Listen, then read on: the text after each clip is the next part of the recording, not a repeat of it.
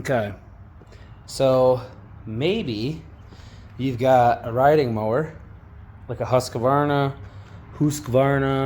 Craftsman, whatever, all those. They're basically all the same thing. They're all made in the same place.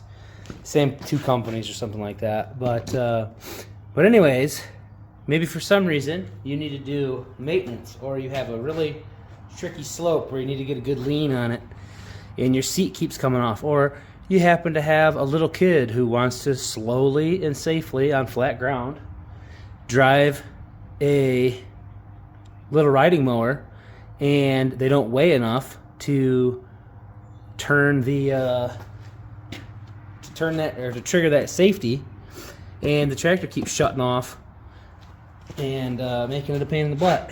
So anyways, do this at your own risk, I suppose, but I'm finally getting around to looking at this, but I'm pretty sure the switch is in here and there's just a metal sleeve that you got to get out. So I just flip the seat up and I'll pull this out. Man, that was easy. Okay, I can't find my good needle nose pliers. What else is new? Tools everywhere. And I just found this piece of wire on the ground and cut the end off. Stripped a little bit because I know you got to push this thing out right here. It happens to fit, so anything that fits, and there's going to be this little 4-prong sleeve that comes right out.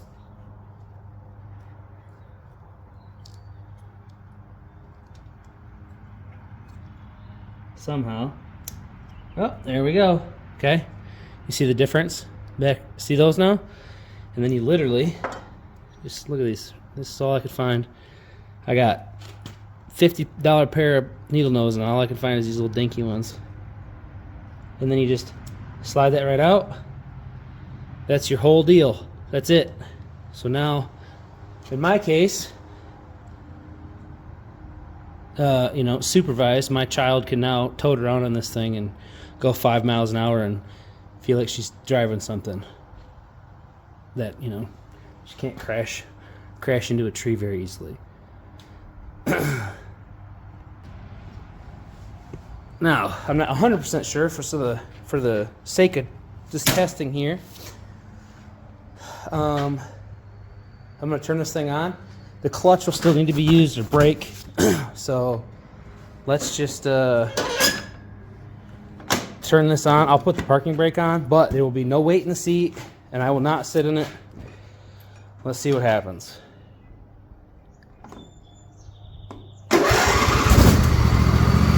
Hey.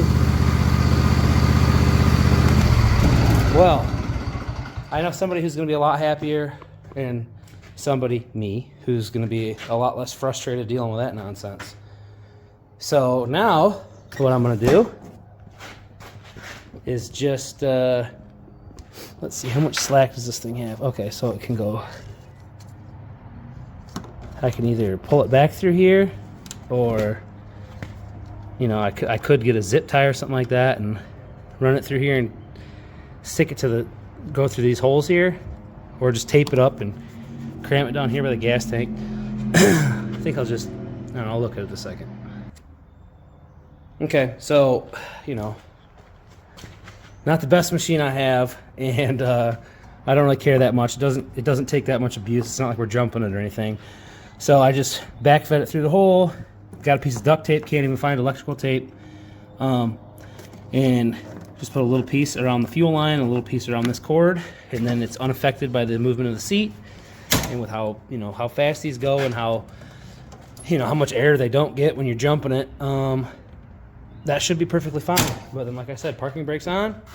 All I did was take that little pin out, pull that clip off, take the pin out, tape it on there. Nobody's in the seat, parking brake's on, turn the key.